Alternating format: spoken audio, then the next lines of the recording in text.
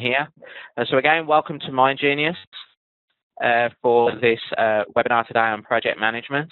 So what this is just a quick intro to how the project management works on MindGenius, and showing you how the resource management and the Gantt view management work. I'm going to give you a couple of live examples using a live map that we've got of one of the courses, just to give you a bit of an insight to how we use it and on how it works. Anyone who is new to MindGenius, MindGenius is a mind mapping software. We've been mind mapping since 2001, and we have over 600,000 users worldwide and a very large support network. Also, myself, I've been mind mapping since just before year 2000 as well. Now, if you do have any questions and they're not answered in today's project management webinar, as I mentioned at the start, that this is just to give you an overview of how the project management runs in MindGenius. So if you've got any particular questions, please use the chat window and ask them as you go along. Julie here is also taking notes. She'll be able to get back in contact with you tomorrow and hopefully answer those questions. If there's anything in particular that you're after, do get in contact with us, because we can organise a one-on-one training session with you as well. So the key objectives of today, it's really about showing you how to take your ideas and turn them into actionable items with task management around it. We've all been there. We've all been in meetings where we've come to the table with key information or key ideas, or we see this a lot when we're consulting with companies. You can have all the ideas in the world, and the problem is that the first thing that you do, you put them up on a whiteboard or you put them down on a piece of paper.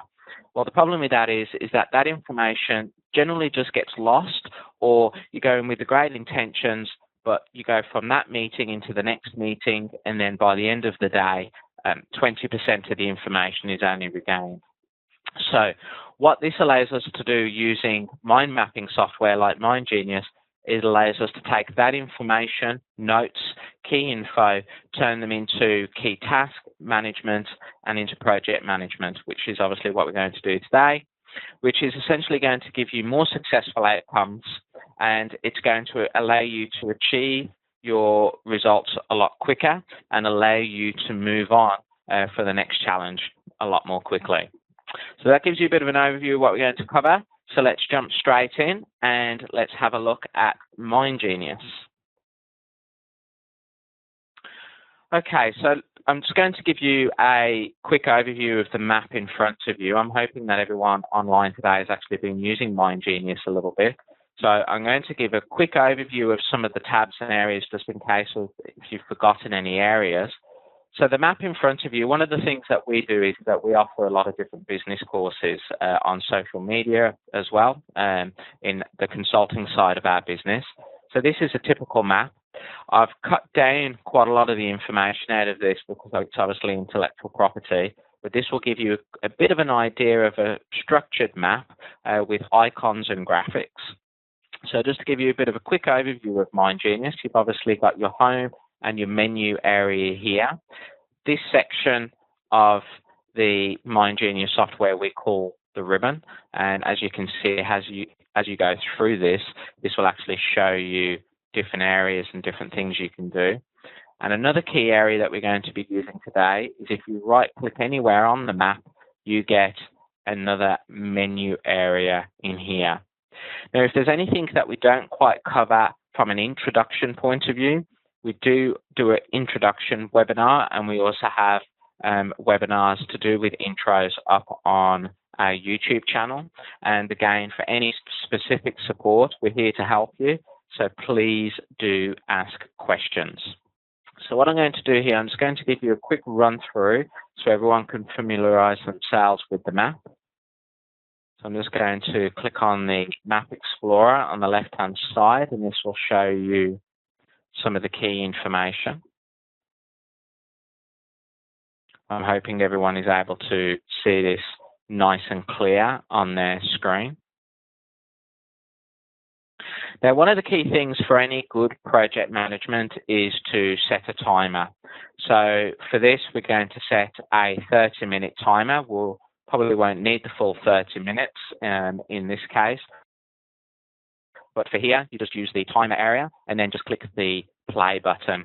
What this allows us to do is just keep track of time and make sure that we're on track and we're not moving in any other direction.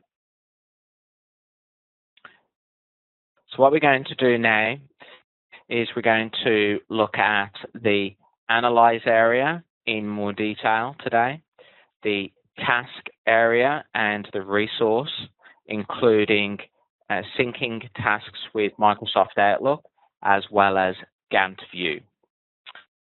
So before we move into Gantt View, I'm going to show everyone today a few little tricks that you can do, if you will, on maps that you're not needing to go into full project management view with. And I'll give you an example of this. So quite often we'll have a discovery meeting with a client and we don't need to turn it into a full Gantt View chart map, but we do want to take some key information down and put some actionable items that are in our tasks. So the simple way of doing that is that we could be talking with you on the phone or a screen share, and let's just say, for example, that we're talking about this area here, which is the website. And for the creation of the website, we might turn around and say that we actually want this created in 2 weeks' time. So what I'm going to do, I'm going to right-click on the area, and then I'm going to left-click on Action Properties. Now, I'm going to make a note in here that when you turn this into Gantt View, we'll come back in, and in this area here, you'll see an Advanced tab. In here, we've got the option for milestone. We've also then got start date, due date, and end date.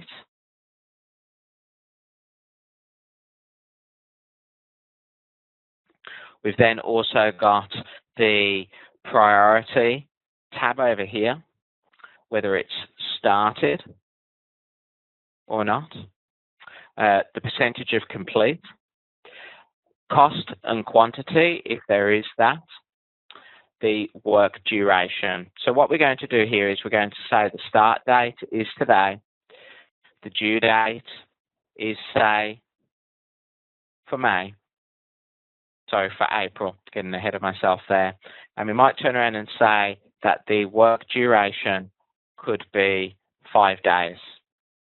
And then I'm going to click OK. And what you'll see here is that on the map, you'll see a calendar that's appeared, and you'll see this progress bar here. Now, what this calendar allows you to do, this allows you to see instantly what has calendar items attached to it. Now, if we go back into it, I might turn around and say that I'm going to assign a priority. I'm going to say that it's in progress, and I'm going to say that this is 50% complete. What you'll see here is now when you hover over, you'll see that because I've added priority, you'll see that priority is now showing. We can see instantly that it's 50% complete, and we can see by this progress bar that it's obviously got some progress in place, and we've got the work duration. So I'm just going to show that again, just so everyone has got that clear. So I'm going to pick another item over here. I'm going to right-click. I'm going to then left-click on Action Properties. We're going to pick a start date, which we can pick any start date. We're then going to go to a due date. We're going to pick, has it started yet? So it's not started. The priority, we'll stick it as high. Obviously, it hasn't started, so it's not complete or any percentage complete. And the work duration for this, we could then turn around and say that it's 10 hours. So now if I hover over, we're then able to see information to do with that task. If I zoom out on the course material, I'm just going to manually zoom in here. And scroll over to the right. What you'll now see on the map, you'll start to see these popping up. Now you'll see that these have only entered in the areas that we've actually manually done it. Okay. Now, when turning this into a Gantt view, you'll see that every task and child is given a calendar and progress bar. So what we'll do here is that we're going to turn this into a Gantt view. So to turn the map into a Gantt view, you go to the task area at the top menu, and then you left click once on Gantt view mode. You'll then be given a warning, and basically what this is saying is that it's going to put summary tasks and information. So some information will only become read-only. Other information that you have linked to Outlook will be cleared. So for example, if I right-click on this right now and then go to Outlook, I can sync this map with Microsoft Outlook. So to do that again, just right-click, left-click on Outlook, and then send selection of tasks to Outlook, or you can sync the whole map. What this is saying is that if we do this now in Gantt view, it's potentially going to clear those links. So you want to be clear if this map is going to be linked to Gantt view from the start, or if it's just a simple basic map with some basic task management in it. Okay, so we're going to move this into Gantt view. Just a side note, for anyone who isn't familiar with Gantt view, it's basically just a project management chart, which is a type of bar chart, which you can see in front of you here. It was actually originally developed by a gentleman by the name of Henry Gantt. We believe it was in around 1910. And what this actually does, it just illustrates the project schedule in a simple view. What we might do here is I'm just going to move, because of the area that we have, so let's get going to move this across. So what we've got here is because we've got some duration of days in here. So what we mentioned was that these menu items and this was going to take 3.63 days. Now to return back to the map, you can easily do that by going here, return to map, or return to the map and exit the project management chart. Now you'll notice that we've got an extra menu bar now. So before we only had home, insert, format, analyze, tasks, and export, and tools. Now we also have a Gantt view ribbon. And what this allows us to do is go into further detail with linking tasks, showing your critical path. We've then got a project report. Now, just a side note on this project report, we use this regularly with clients that we're consulting with. A live example of this is a franchise client of ours. We deal with their franchisees. We handle a number of their projects. And what we do on a monthly basis is that the franchisees have to give us certain information. So on our project map, we can then see whether they've given us that information or not, and it shows us whether that information is complete or whether it's one of our team members that needs to do something and it needs to be completed. So what we do is that we're able to do this in a single click of a button, and we'll go through this in more detail. It gives you a very clear, quick way of seeing where any of your projects are at, which is extremely important for anyone who's doing project management. So one of the hardest things is keeping track of everything. Now, a couple of quick things on here. So you can alter the days of any one of these just by clicking on them and just putting some information in on task of whether it's days or hours.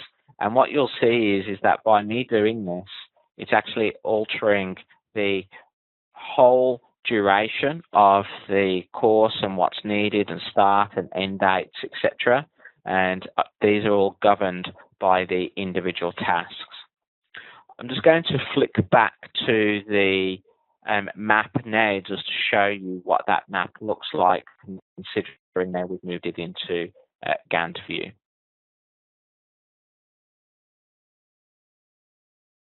So what we're going to do, I'm just going to auto zoom out, and we'll just zoom in slightly on one of the main branches. And what you're able to see here now is that each one of these have been given a calendar and progress bar as discussed. to edit these now, if you right click on them and then go to action properties, you will see that advanced areas come up called predecessors, and you've got constraint types. Now, this is very important for any form of project management. So if you're new to Gantt View project management, I'm just going to give you a quick overview on what's flexible and what isn't.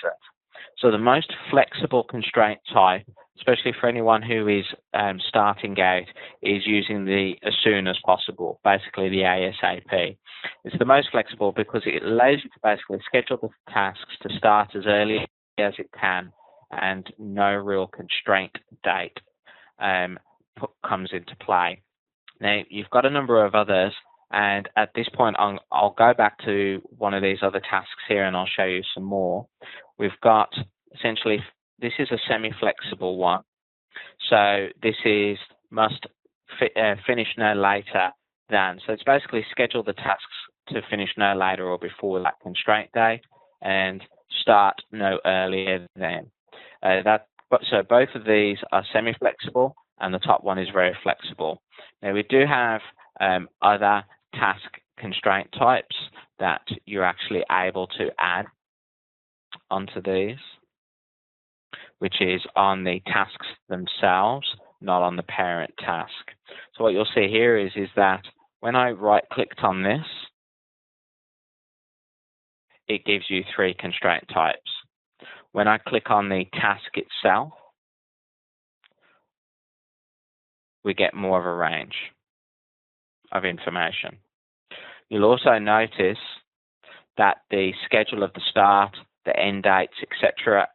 are already in here, whereas when I right-click on the parent section of the task, that these are grayed out because these are governed and scheduled by the actual task itself.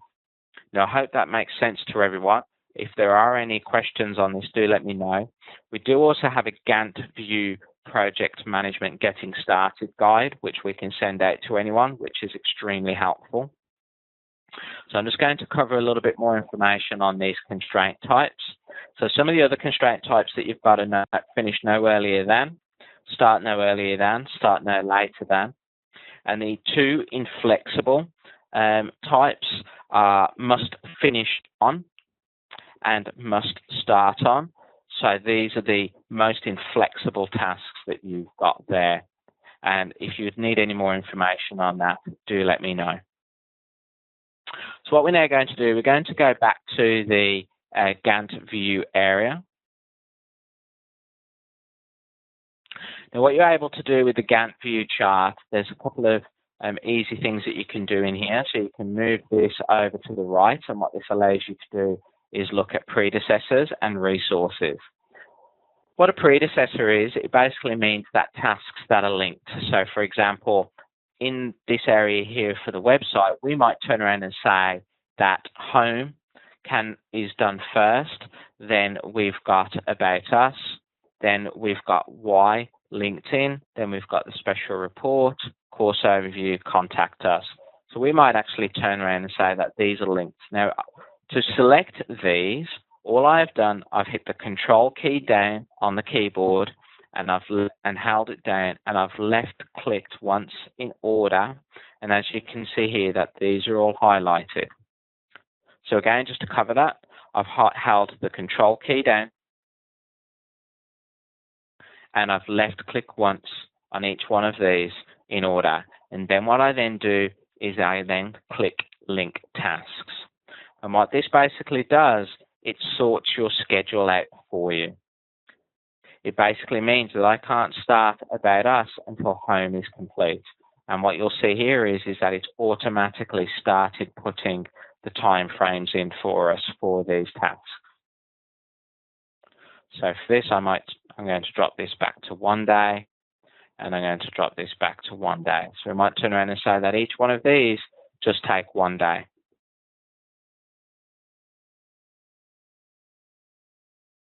I hope that makes sense to everyone. And there you can see here that we've got the predecessors area. Now, what you're able to do also in Gantt View is allocate resources. Now, what you'll probably want to do in your resources area is actually give your resources a name.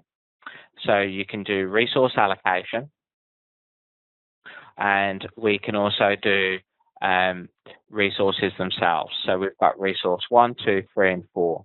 Now to edit the resources, we're going to click on edit, and we're going to go into this area here. And I'm just going to go in and I'm just going to simply change these names for now. You can also put in full information to do with job title, email, etc.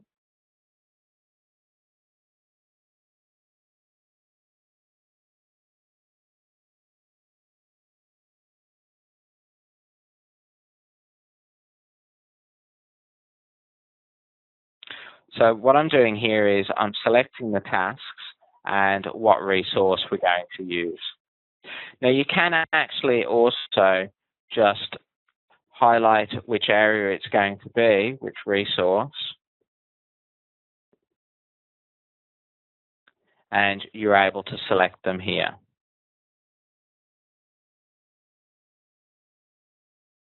And then what we're then able to do is start to see who is actually doing what. So what we can also do here is that you can actually see that we've got a resource area and a critical path. Basically, what a critical path does is that it will show you key areas in the Gantt view and in your project that could be, if you've got a particular resource that is being overworked. So for example, if Julie here is working on this task between this date and this date, but we've also got Julie working on a task in the same area or a crossover date, then that's going to cause a problem. So what we'll do here, we'll allocate Julie. So what this can essentially do is that when we look at critical paths, we're actually going to be able to see are there going to be crossovers, and is there going to be issues with that particular task? Now, it's not saying that it is an actual problem. It's just highlighting it, saying, okay, is Julie able to do that task and this task at the same time for you to actually have a look at it? So I hope all that makes sense so far. Now, one of the key areas when you're doing any form of project management is being able to share that information with your team. So what I'm going to do here is I'm just going to return to the map, and I'm going to add in some categories of what's important and what isn't. So this area here of categories, this is essentially for brainstorming, reviewing, impacting, etc.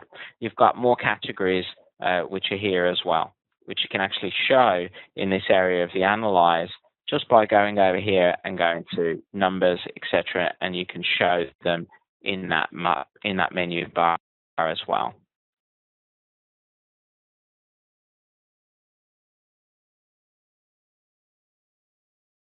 So what we're going to do here is, for now, I'm going to use the high impact. So what we might turn around and say is that the keyword research, we've got this area here, all these are high impact information. So not only do we now start to have start and finish dates, and we've also got resources in here, we might turn around and say, okay, well, what key items in this particular project are going to be the most impactful on getting this project complete in the time frame that we need it? We might also highlight all the other tasks to turn around and say, okay, well, these tasks are important, but they only have a medium impact. So what this allows you to do in a snapshot, you can actually then take this map, you can then go, okay, I want to see all the information on this map that's going to be high impact. And what this instantly allows you to do is it grays out all the information that is not high impact. Not only that, we can now hide all the non-matches. So we can then shrink the map down and go, okay, all these are the high impact information that we need to work with. Now, we do this every day with our team members. So we'll look at projects that we're working on, and we'll go, okay, well, what are the most high impact information that we need to do? And let's look at that at the project schedule, and let's tackle all the high impact ones first, and then we can start to move down the list. What this allows us to do is move smoothly and quickly through each one of our projects and make sure that they're being on time. Not only that, is that we're then able to segregate the map into a new map, so we can actually send this map to one of the team members. So I might allocate these tasks and say, okay, Julie, these are the high impact tasks. Can you make these happen for me, please? And then Julie's then able to have this as a separate map, and we can even link the map to a bigger map. So then when Julie marks these off as complete, it links through to the larger maps. So to clear the non-matches, basically we just click clear, and then it brings us back to the full map. Now I'm going to go back to the Gantt view ribbon, because I would like to show you the project report. So what we're going to do here is we simply left click on project report. We then save that to the desktop or wherever you'd like it to be saved to. We then get given some options of, do we want to have a look at the full project, just the week, the month, the quarter, and even custom. And you can also do a project view on the current view. So on the left-hand side on Map Explorer, if I just wanted to do a view on website, I'm able to do that by just clicking on website, go to project report, and then that will just give me the project report on that particular branch. Again, very useful for segmenting information out to team members, because you may not want your whole team being overwhelmed with all of the tasks, only the key areas that they need to focus on. Now, to do this for the project report, you just simply click OK. And depending on the size of the report, the information and the speed of your computer will depend on how quickly that this exports and how much information is in there. If you put images and information and some links like what we've actually got in this report here, it does run a little slower, but it's still fairly quick. So we'll just wait for that to load up.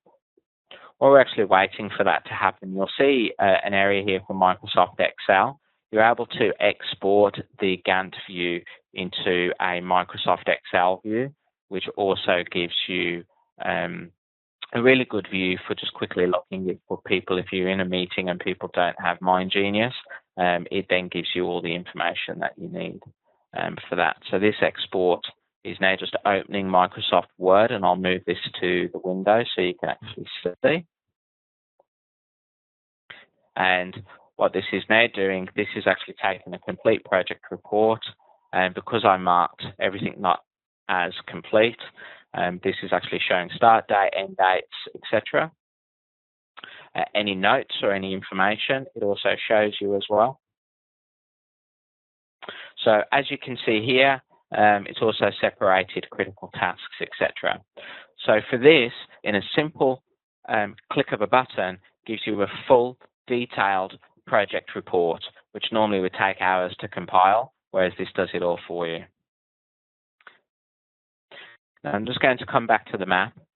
Now, another key question that we get asked of, okay, well, how do we share this information with either Microsoft Project, or how do we export this information up to the web? Now, we do cover a little bit of this in the introduction, but I'm going to particularly cover it here. For anyone who's been using Microsoft Project, you're able to simply send your information back and forth between Microsoft Project and MindGenius. For anyone who is interested in knowing more information on that, or haven't tried it yet or experienced any issues, do get in contact with us, and I'd be happy to walk you through that. Another key area of sharing information with people is using it as a compressed package, which is a really simple way. We can also set this up in a full server environment as well. A lot of people will just use software like Dropbox for sharing their project maps. We also use a company called JoinMe and WebEx, obviously, which we're on today, for doing screen share meetings, which is extremely useful whenever you're doing any form of consulting, very similar to what we're doing today, but obviously audio would be enabled. Now, this covers a lot of what I wanted to essentially show you today. So the key areas, just to recap, is we've touched base a little bit on analyzing your map and putting some high impact and medium impact areas. I'd suggest that you go in, have a look at this, have a bit more information and play with it. And if you do have questions, get in contact. You've got the task management bar, so you can quickly and easily look at the tasks that are due here. You can create a resource-driven map out of this, so you can actually create a map specifically to particular resources in the Gantt view, since we've moved it into the Gantt view. We can look at particular task info as well on the map, so you can view an overview or you can view all of the information. As you can see, it gives you a lot more detailed view in a snapshot of what the map looks like. So that can also be found under the task area.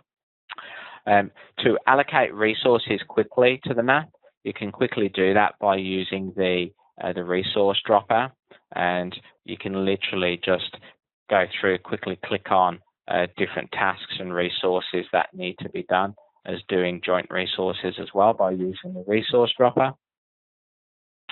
And then back to the Gantt view here, you've then got a range of areas for resource allocation, different timelines, etc. And then for returning into the Gantt view, you've got this simple area here. That pretty much wraps up an overview of MindGenius in a project management view. There are a little bit more detailed information, but obviously we don't have the time to cover absolutely everything today. For anyone who is needing any more information or one-on-one consultancy or training on extra things that you're able to do with MindGenius in the project management area, do get in contact with us. We do offer them. So we are able to book in times for you. Again, if anyone has any questions, please do put them into the chat window now, or do get in contact with us at info@mindgenius.com.au, and we'd be more than happy to help you. I do hope you found it very useful today and informative. Thank you again. Thank you for working with MindGenius, and I hope everyone has a fabulous evening.